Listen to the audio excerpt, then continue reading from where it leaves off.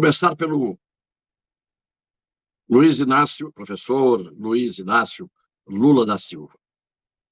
Eu não sei o que está acontecendo com ele, porque ele só fala rosnando, gritando, com uma expressão de ódio, com uma gesticulação automática, que é sempre a mesma, e cada vez está dizendo coisas mais sem nexo.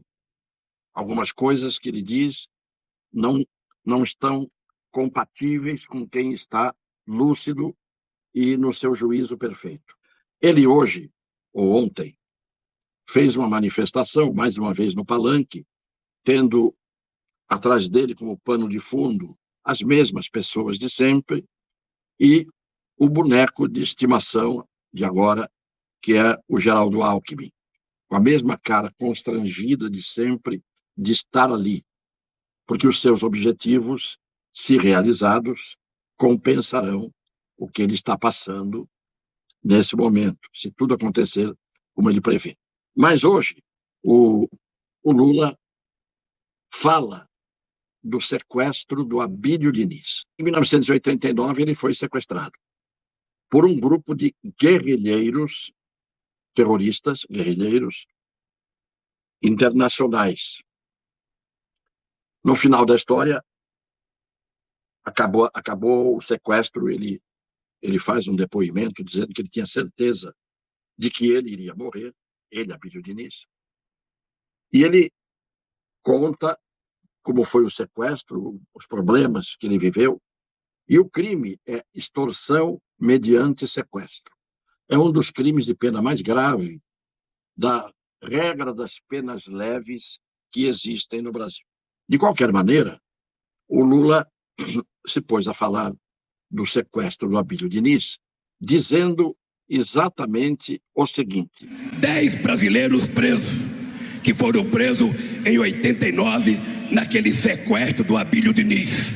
Esses jovens que tinham argentinos, tinham, sabe, gente da América Latina, ficaram presos 10 anos. E teve um momento que eu fui conversar com o Fernando Henrique Cardoso, porque ele estava em greve de fome. E falei para o Fernando Henrique Cardoso: Fernando, você tem a chance de passar para a história como um democrata, ou você tem chance de passar para a história como um presidente que permitiu que 10 jovens que cometeram um erro, sabe, morram na cadeia, e isso não vai apagar nunca. Ele resolveu interferir no sequestro? Não. Foi lá negociar com os guerrilheiros durante os 60 dias de sequestro? Não. Interferiu, de alguma maneira, para que libertassem o Abílio Diniz? Não. Quando que ele diz que foi interferir? Quando eles já estavam na cadeia e fizeram uma greve de fome. E aí o Lula foi conversar com o Fernando Henrique Cardoso, porque eles estavam, os presos, em greve de fome. Ele fala que eram 10 brasileiros que cometeram um equívoco, que cometeram um erro, como se uma extorsão mediante sequestro, com toda a programação que estava feita, com todo o planejamento, sendo eles autores ali de um segundo sequestro gravíssimo, como se isso fosse um erro, um equívoco. E ele disse que eram 10 brasileiros, não eram 10 brasileiros, eram 5 chilenos, 4 argentinos, 2 canadenses, portanto, veja que era uma quadrilha, um movimento internacional e um único brasileiro. E o Lula, apiedado dos sequestradores, foi pedir ao Fernando Henrique que libertasse esses sequestradores, chamando de jovens. Não eram jovens coisa nenhuma, e eram de alta, de extrema periculosidade. Na época, foi encontrado um farto material de propaganda de campanha do PT na célula onde houve o sequestro e num outro imóvel que servia de apoio para esse sequestro. Mas não se provou efetivamente provado que o PT tinha alguma participação nesse sequestro. O fato é que o Lula vai pedir a complacência do Fernando Henrique Cardoso para esses bandidos, que eu tenho certeza e se tivessem sequestrado o Lula ou alguém da sua família ou alguém do seu partido, ele não teria provavelmente essa visão.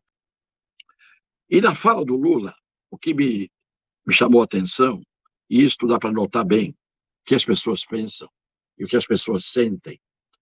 Ele disse para o Fernando Henrique Cardoso, pedindo para soltar os terroristas, os sequestradores. Fernando Henrique, você está perdendo a oportunidade de passar para a história como um democrata. A visão do Lula de uma pessoa ser democrata, entre outras coisas, é soltar sequestradores guerrilheiros como se fossem seminaristas. E aí o Jair Bolsonaro, o presidente da República, manifestou-se hoje a respeito dessa fala do Lula, e vejam o que ele disse. Que estava com pena de 10 meninos que estavam presos. 10 meninos de 42 anos, né? Esses 10 eram 5 chilenos, 2 argentinos, 2 canadenses e um brasileiro, que estavam no segundo sequestro. Tinham sequestrado uma pessoa, 60 e poucos dias, depois tinham sequestrado a Bíblia Diniz. Havia um pedido de resgate de 30 milhões de dólares para a Bíblia Diniz. E daí falou que esses meninos cometeram um equívoco. O sequestro é planejado, pessoal. Ninguém vai sequestrar o João ali. Não, ele vê quem é o João, onde ele mora, a rotina de vida dele, onde vai ser o cativeiro, como vai ser as negociações. Mas por que o Lula tocou nesse assunto? Alguém tem ideia? Não. Ele deu um recado para todos os narcotraficantes e bandidos do Brasil que estamos juntos. Entenderam? Esta manifestação do presidente da República me parece muito coerente.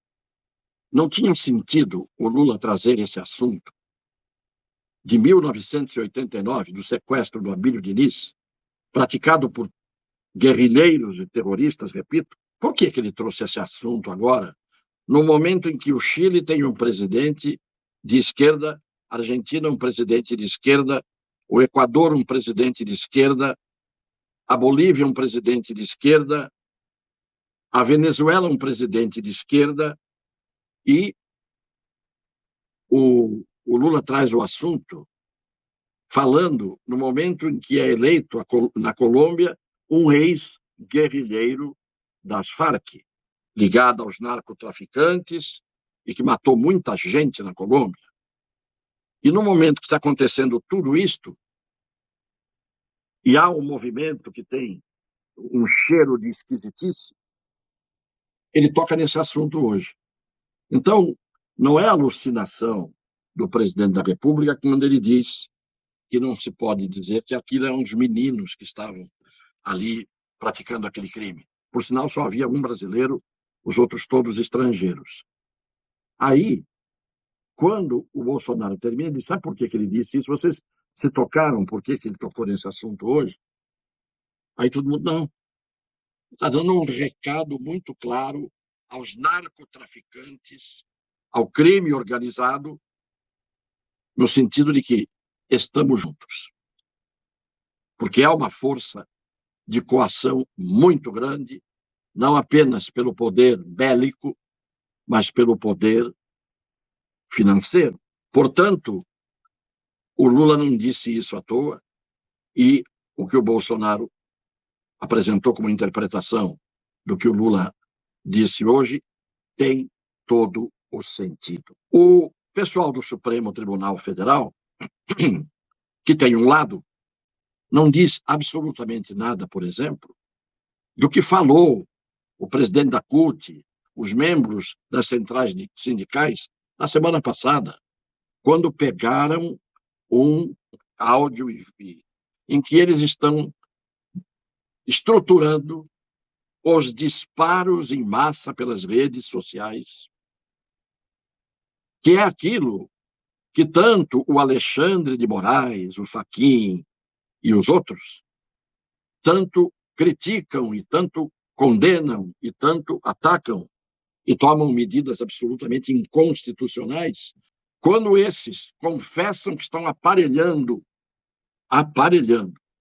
um exército de robôs para fazer disparos em campanha a favor do Lula, todos estão surdos.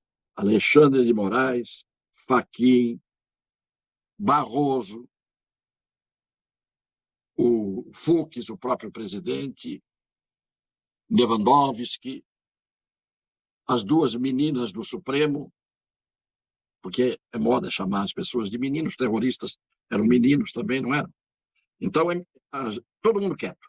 Não se viu o Alexandre de Moraes dar nenhum prazo para eles explicarem o que estão fazendo, por que estão fazendo e assim por diante. Por quê? Porque é tudo uma panela. Uma panela formada pela mídia, formada por ministros do Supremo, formada por empresários, formada por banqueiros. Tudo isto intocável. Ninguém mexe. E todo mundo sabe que o povo já definiu muito bem o que é o Supremo Tribunal Federal de hoje. Está evidente que todo mundo está vendo, apesar deste passar pano por parte da mídia nos ministros do Supremo, desta proteção, desta cobertura que eles têm, está muito claro o que eles fizeram, fazem e ainda farão. E essas pessoas são as pessoas que vão regrar, decidir, monitorar, durante as eleições, o órgão máximo eleitoral do Brasil, o Tribunal Superior Eleitoral. É uma coisa que a gente não consegue entender. Então, essas histórias, esses fatos, essa omissão do Supremo, que diante das atitudes que estão sendo tomadas por pessoas que se manifestam em suas opiniões, e isto é considerado ato antidemocrático, e não é antidemocrático o que o Supremo tem feito, todo mundo, o Brasil inteiro sabe, com exceção dos sectários, dos fanáticos e dos cegos voluntários, como eu costumo chamar, todo mundo está vendo o que o Supremo está fazendo. Como agora o Fachin disse que as sugestões das Forças Armadas para aprimorar o processo eleitoral serão apreciadas depois das eleições. Se você chama alguém para dar sugestão e diz que vai apreciar depois das eleições, você chamou para quê?